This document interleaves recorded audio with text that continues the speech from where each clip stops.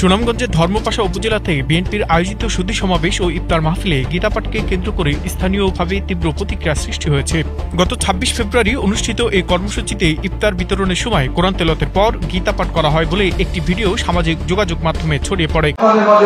আমাদের মাঝে গীতাপাঠ করবেন আমাদের শ্রদ্ধেয় শিক্ষক যতীন্দ্রচন্দ্র রায় সরকার, যতীন্দ্রচন্দ্র সরকার।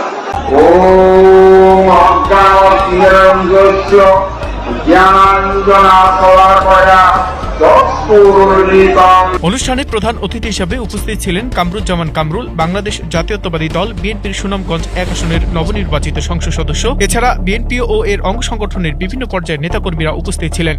ভিডিওতে দেখা যায় ইফতার সামগ্রী সামনে রেখে প্রথমে কোরআন তেলাওয়াত করা হয়, পরবর্তীতে গীতাপাঠ অনুষ্ঠিত হয়। তাদের দাবি, ইফতারের ঠিক পূর্ব মুহূর্তে গীতাপাঠ করায় ধর্মীয় সংবেদনশীলতা প্রশ্নের মুখে পড়েছে। তবে বিএনপি নেতৃবৃন্দ পক্ষ থেকে দাবি করা হয়েছে গীতাপাঠটি ইফতার মাহফিলের অংশ ছিল না, বরং সুধী সমাবেশের আনুষ্ঠানিক কর্মসূচির অংশ হিসেবে তা অনুষ্ঠিত হয়েছে।